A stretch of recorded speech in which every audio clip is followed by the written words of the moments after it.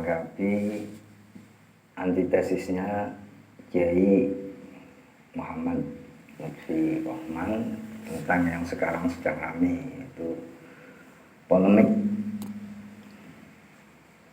masalah keluarga Pahlawi, itu khususnya dari Yaman. Ada yang mengatakan tidak ada ketersambungan dengan baginda Nabi Muhammad Sallallahu Alaihi Wasallam. Saya bukan tidak mencintai dzurriyyat Rasul, tapi saya tidak percaya Anda yang mengaku-ngaku dzurriyyat Rasul sekarang ini sebagai dzurriyyat Rasul yang benar. Berdasar apa? Berdasarkan penelitian saya tentang nasab-nasab para dzurriyyat Rasul dari kitab-kitab nasab abad ke-4, abad ke-5, abad ke-6, abad ke-7, abad ke-8, abad ke-9. Juga kemudian melihat dari abad ke-10 sampai abad ke-15 hari ini. Dari penelitian saya itu, orang-orang yang selalu mengaku-ngaku bahwa dirinya adalah keturunan Rasulullah ternyata tidak bisa dikonfirmasi bahwa mereka adalah keturunan Rasul.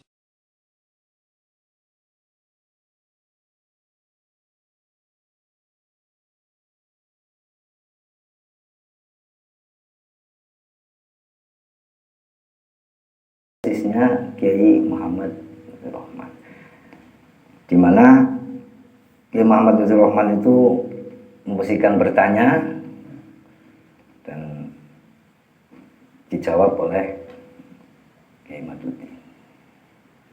Nah, setelah saya telaah itu, pertama,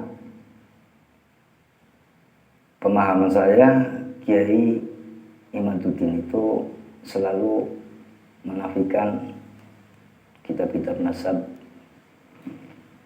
abad 10 ke bawah, yang dimana kitab-kitab nasab yang 10 hijrah ke bawah itu ada nama Ubaidillah sebagai anaknya Ahmad bin Isas dan Alawi sebagai cucunya. Yang di atas itu tidak ada nama Ubaidillah. Menurut beliau tidak mungkin kitab-kitab nasab yang 10 hijriah ke bawah, 11, 12, 13 itu menjadi saksi jadi orang yang keberadaannya hidupnya abad ke-4 hijriah.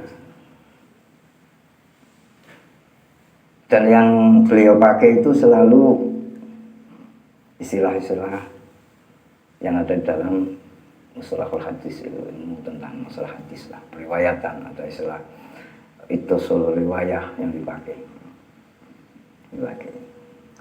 Nah, saya ingin memperkaya sudut pandang. Kalau ini antara Kiai Muhammad Lutfi Rohman dengan Kiai Maduddin itu kan adu referensi,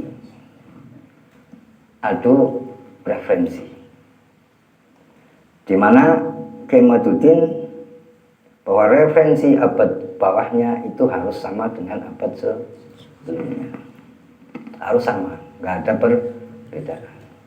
Kalaupun ada perbedaan harus ada bukti yang kuat. Jadi seakan-akan nggak bisa kitab nasab yang di bawah itu bertentangan dengan kitab nasab yang di atasnya. Itu yang saya pahami dari inti antitesis itu. Nah, itu kan berarti antar referensi,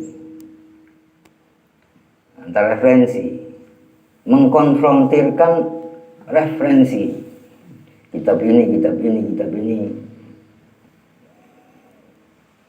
Nah, saya semampu saya bukan ahli nasab, bukan ahli sejarah. Tapi dari segi yang pro kontra itu tidak ada yang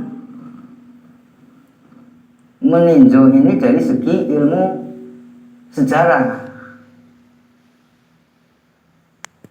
Makanya ini niat saya ya untuk memperkaya keilmuan, supaya sudut pandang antar teks juga ada sudut pandang dari ilmu sejarah.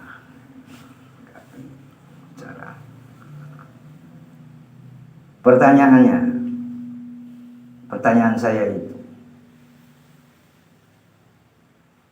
bahwa ilmu sejarah itu dimasukkan dalam ilmu-ilmu lunak, soft science, ilmu-ilmu lunak. Kalau ilmu matematika eksakta itu namanya hard science. Nah, hard science. Ilmu lunak itu, sejarah itu kadang dipahami orang itu ilmu yang mudah, lebih sulit dengan ilmu matematika, padahal lebih sulit dengan ilmu yang lunak itu, sejarah itu. Karena apa? Tingkat kepastiannya, karena yang dibahas ilmu sejarah itu watak sejarah, sosial politiknya, ekonominya, dan sebagainya. Kalau ilmu pasti 1 tambah 1 ya 2 pasti, plus minus ya pasti mulu, itu pasti. Jadi sebenarnya kalau polemik ini dipandang dari perspektif ilmu sejarah, insya Allah nanti menjadi beda. Satu contoh, bahwa tingkat kepastian ilmu sejarah itu tinggi. Saya nukil di bukunya Muqaddimah Ibnu Khaldun. Pada masa Daulah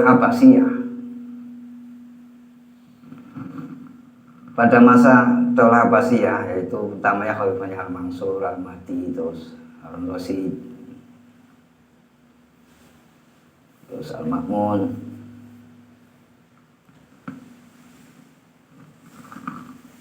terus apa lagi?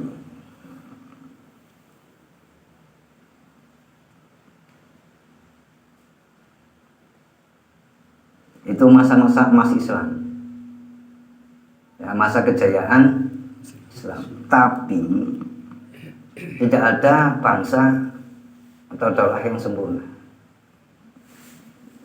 Daulah Abbasiyah itu dikenal adalah satu daulah yang melihat Ahlul Bait itu adalah musuh, ancaman bagi kekuasaannya. Sehingga ada Ahlul Bait yang namanya Idris, itu melarikan diri dari Baghdad. Baghdad itu kan pusat Daulah Abbasiyah. Melarikan diri ke Maroko. Maroko itu satu provinsi di dalam Daulah Abbasiyah. Akhirnya karena negara jadi dikejar, diintai sampai Idris yang pertama itu mati diracun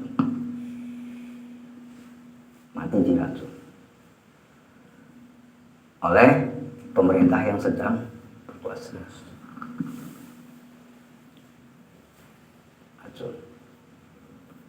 Nah, Daulah Abbasiyah pusat yang ada di Baghdad ketika mendengar Idris itu meninggal, wafat, itu senangnya bukan main.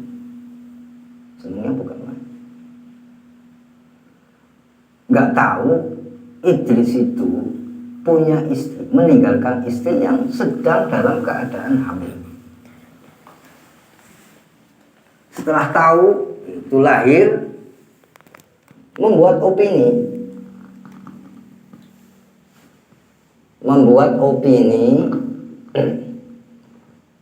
bahwa istrinya Idris almarhum itu adalah hasil zina. Itu yang membuat opini siapa? Ya, pemerintah yang sedang berkuasa. Adalah Abbasiyah waktu itu, depan dengan Harun al-Rashid. Sampai ada lagi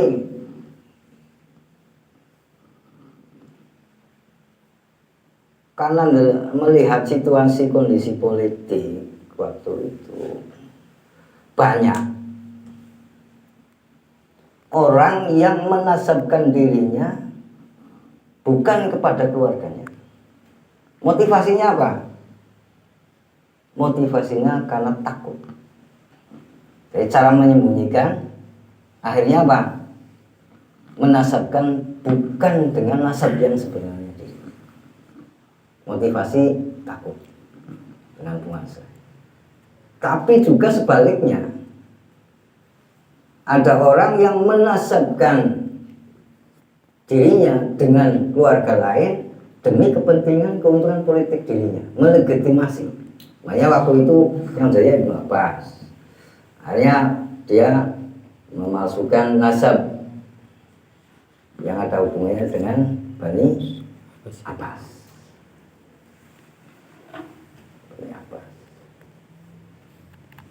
Ya diuntungkan karena Singgahijaya adalah Abbasiyah. Yang satunya ada yang karena motivasinya takutan, menyembunyikan izin. Keterangan ini saya dapatkan di buku Muqaddimah Ibnu Khaldun. Adapun saya sudah klarifikasi dengan keponakan saya untuk melihat kitab aslinya di Mesir. Itu sama. Itu sama. Ini perlu diceritakan. Pengarang kitab nasab itu berafiliasi dengan siapa? Kalau berafiliasi dengan Daulah Abbasiyah, pasti yang ditulis itu yang sesuai dengan yang sedang berkuasa. Pertanyaannya, ini hanya sekedar mengembangkan contoh. Mungkinkah kitab nasab abad 65 itu ada kemungkinan yang harusnya tercatat tidak tercatat? Kowe jadi sampean mungkin apa ora masuk akal apa ora? Yang sebenarnya tidak tercatat kok malah dicatat. Kowe kira apa ora? Mungkin apa ora cara akal sampean? Karena sejarah kowe masuk akal apa tidak masuk akal? Tidak melihat yang bicara. Itu sejarah. Paham? Ya. Maksudnya ketika ini dengan pendekatan sejarah, tidak serta-merta kitab yang datang belakangan mesti kalah dengan kitab yang datang dahuluan. Karena apa? Bisa jadi yang belakangan meluruskan sejarah karena ada bukti baru.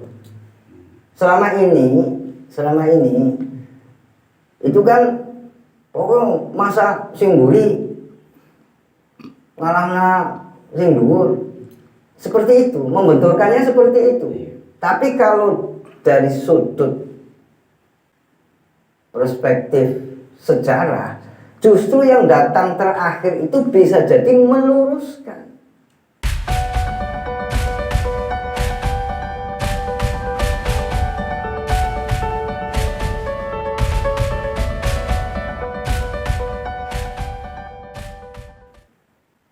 Meluruskan kitab-kitab sejarah yang ada dengan menambahkan satu nama atau mengurangi satu nama. Banyak hal, artinya sejarah dulu masih remang-remang, belum jelas. Kadang ketemunya ada beratus tahun, beribu tahun baru ketemu. Jadi logika bahwa kitab sejarah yang dibangun di 10 abad itu tidak kuat, tidak bisa untuk mengoreksi. Itu kalau dari perspektif sejarah tidak bisa seperti itu. Malah bisa jadi yang datang belakangan malah mengevaluasi, menyempurnakan. dibaca teliti, itu selalu seperti itu. Satu pernyataannya, masa sih kita nasab abad 12 menjadi saksi keberadaan seseorang yang hidupnya 4 Hijriah. Jadi mentah kabeh. Tapi kalau dari perspektif sejarah, saya tanya dulu, saya tanya dulu, mungkin nggak melihat situasi politik waktu itu, mungkin nggak ada sesuatu yang tidak tercatat, ada yang seharusnya tidak dicatat, mungkin enggak. Karena ilmu sejarah itu ilmu tingkat kepastiannya nggak bisa. Nah, kalau dari perspektif ilmu sejarah, maka kitab nasab di bawahnya itu malah menjadi pelurusan sejarah kitab-kitab sebelumnya. Kalau memang ada bukti fakta sejarahnya, contohnya Ahmad Isa itu makamnya di mana sih? Kan itu kan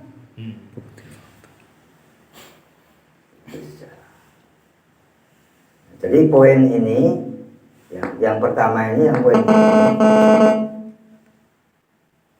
sangat memungkinkan bahwa ada yang tercatat, ada yang tidak tercatat. Sehingga ketika nama Ubaidillah tidak tercatat di kitab-kitab nasab abad 6 ke atas, itu tidak otomatis menjadi satu keyakinan bahwa Ubaidillah itu tidak ada.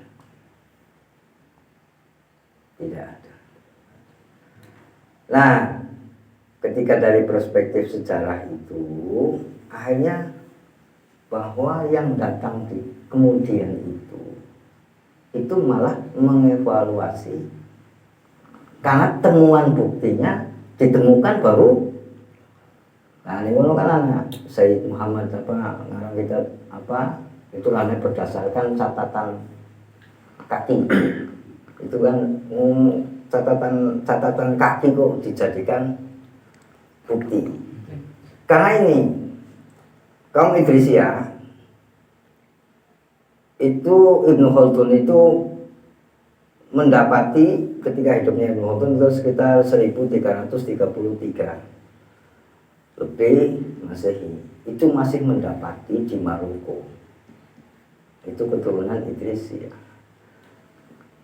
dan silsilah keluarga itu disimpan, tapi untuk khusus tidak untuk dibukukan seperti yang diedarkan itu. Kan tidak menutup kemungkinan Ba'alawi juga sebenarnya punya silsilah. Cuman silsilah itu ada yang dikeluarkan ke umum, ya, dikeluarkan ke umum melihat situasi politik juga. Kebiasaannya seperti itu kalau melihat makanya ada satu surat dari Al-Ahlab, suku Al-Ahlab kepada Mitrol ini di sini, yang paling tahu silsilah nasab keturunan Nabi di dalam suratnya itu. Nah, itu adalah tentang Ubaidillah. Itu ada 3, satu pimpinan suku Ahlab, yang 2 Al-Mitrol. Jadi ini sifatnya seperti sangat rahasia, karena melihat situasi politik. Jadi yang pertama ini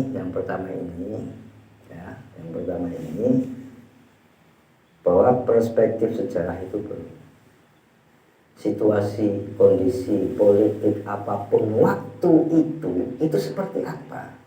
Karena itu yang jadi memungkinkan atau tidak memungkinkan objektivitas atau subjektivitas daripada penulis. Musa Al-Kazim di pandangan Harun Ar-Rasyid itu pemberontak, ditumpas, ya, itu tumpas. Jadi di mana situasi politik itu, ya, di suatu politik itu memungkinkan orang menjadikan orang bersunni atau tidak, maka apa yang menjadi kitab nasab abad-abad awal itu tidak serta-merta harus diyakini bahwa itu sudah tercantum semua. Itu paham ya? Angger cara metode sing antitesis berarti sing iso mesti kalah harus sing dhuwur. Karena apa? Ini karena mengkonfrontir referensi. Dan periode referensi itu dikarang. Tapi ketika dari perspektif sejarah banyak ada pelurusan sejarah, ada temuan baru. Oh, jebule kebohongan, kepalsuan sejarah kadang bisa terungkap di kemudian hari. Itu poin pertama. Nah, ini mengamati antitesisnya Kiai Muhammad Lutfi Rahmat. Nah, poin yang kedua, di situ selalu memakai istilah-istilah hadis yang dipakai di hadis. Pertanyaan saya, apakah penulisan kitab nasab itu sama dengan penulisan hadis? Pertanyaan saya seperti itu. Apakah, mulanya mau setuju, anggarnya ngomong apa? Karena saya bukan Anda. Ya. Pertanyaan saya, apakah penulisan kitab nasab itu sama dengan penulisan periwayatan hadis? Karena yang dipakai itu istilah-istilah ilmu hadis. Ilmu hadis. Nah, di sini sejarah itu kan informasi. Informasi itu bisa berkaitan yang ada hubungannya dengan syariat. Ada yang tidak berhubungan dengan syariat. Namanya informasi. Kan informasi masa lalu yang didapatkan generasi sekarang. Pertanyaan awal itu tadi, apakah sama? Penulisan kitab nasab itu metodenya sama dengan penulisan hadis. Itu beda. Karena apa? Karena kalau penulisan sejarah, orang tidak peduli siapa yang ngomong, yang ngasih informasi. Pedulinya apa pernyataannya, masuk akal atau tidak, dikonfrontir dengan bukti-bukti nyata. Tapi kalau informasi yang berkaitan dengan syariat, ya, itu sampai perawinya tukang ceritanya diselidiki. Apakah siko, cerdas, apa lobet, apa dan sebagainya. Kau diteliti pribadi ini, sing ceritanya diteliti. Kau nggak hadis, tapi nggak sejarah. Kalau sejarah nggak peduli sih ngomong siapa, ngomong masuk akal laporan, ada dasarnya laporan. Berarti di sini beda antara penulisan kitab nasab dengan penulisan hadis. Ya. Makanya di ilmu hadis itu ada takdil wajar, jarh wa takdil. Jarh itu satu ilmu khusus untuk mempelajari, menyelidiki yang berkata. Karena apa? Karena yang berkenaan dengan syariat, ketika yang berkata itu sudah diteliti dan betul itu orang baik, sikoh dan segala macam, ketika jadi hasilnya mengikat. Karena yang pembawa syariat itu Nabi Muhammad SAW. Mengikat itu apa? Kalau itu larangan ya kita jauhi, kalau itu perintah. Nah, sejarah seperti ini bukan informasi yang berkenaan dengan syariat. Jadi penulisannya beda antara penulisan kitab nasab dengan hadis. Kalau berbeda, kenapa metode itu yang diambil untuk memenangkan kitab terdahulu dan kitab yang kedua. Karena kodanya apa? Kitab yang belakangan harus sama, harus selaras dengan kitab yang dahulu. Kalau hadis memang seperti itu. Tapi kalau sejarah nggak bisa. Kalau sejarah bisa jadi yang dulu ada catatan dicoret, yang tadinya belum ada dicatat. Oleh penemu, tergantung ada penemuan fakta sejarahnya apa enggak. Masuk akal, orang masuk akal, orang masalah sejarah. Ngomong kondisi diteliti apa masuk akal, tidak masuk akal itu menjadi pertimbangan ilmu sejarah. Nanti dibuktikan nyata. Tapi kalau syariat, syariat masuk akal, orang masuk akal, angger sing bawa cerita benar, malah benar. Jadi saya di sini mau komentari antitesisnya. Nah, satu catatan saya, kalau dari perspektif sejarah, bisa jadi kitab nasab yang belakangan menjadi meluruskan yang tadi. Dua, tidak sama kita menyikapi penulisannya antara kitab nasab dengan hadis.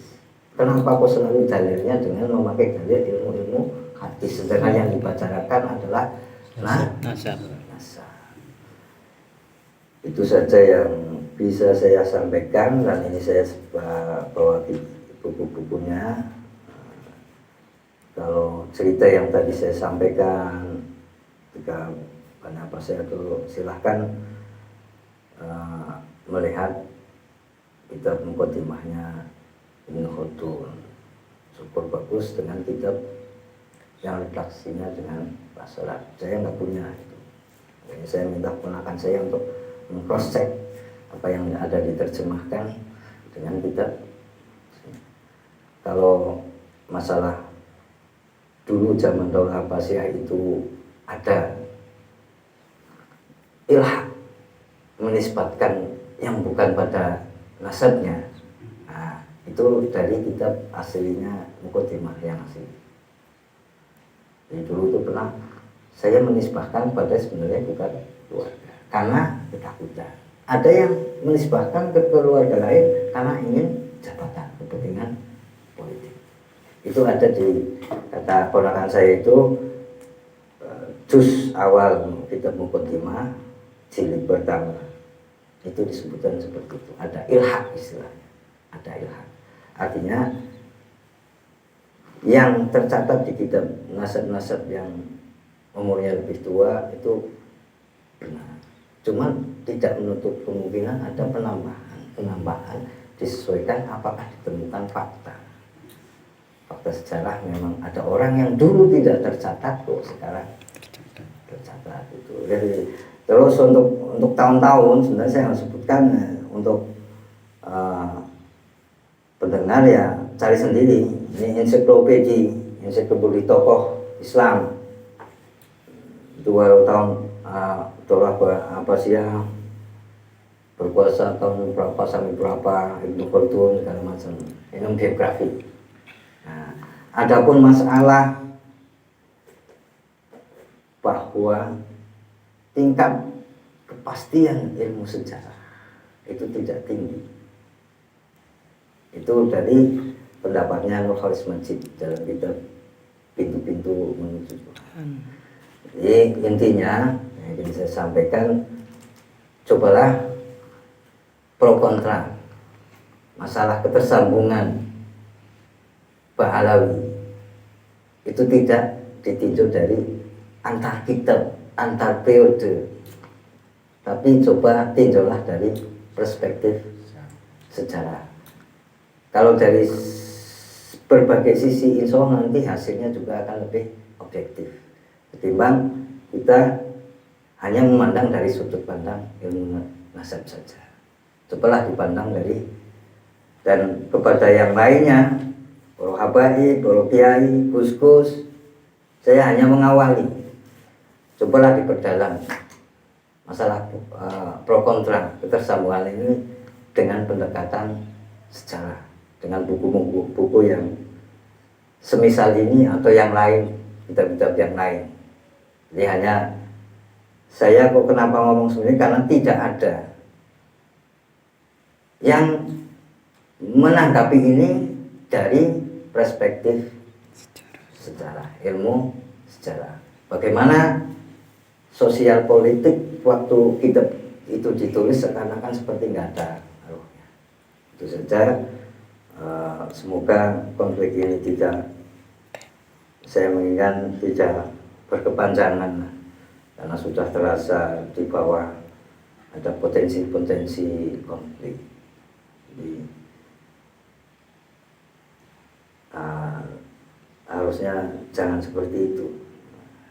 Jadi, apa yang saya sampaikan itu menanggapi tesisnya Kiai Muhammad Lutfi Rahman, dan tujuan saya supaya orang itu jangan memandang satu masalah hanya dari satu perspektif, dan insya Allah memandang kitab nasab atau nasab dari perspektif sejarah itu tidak salah, karena nasab juga memberi informasi orang-orang dahulu. Sama kita diberi informasi kerajaan-kerajaan dahulu, masuknya ke cabang ilmu sejarah.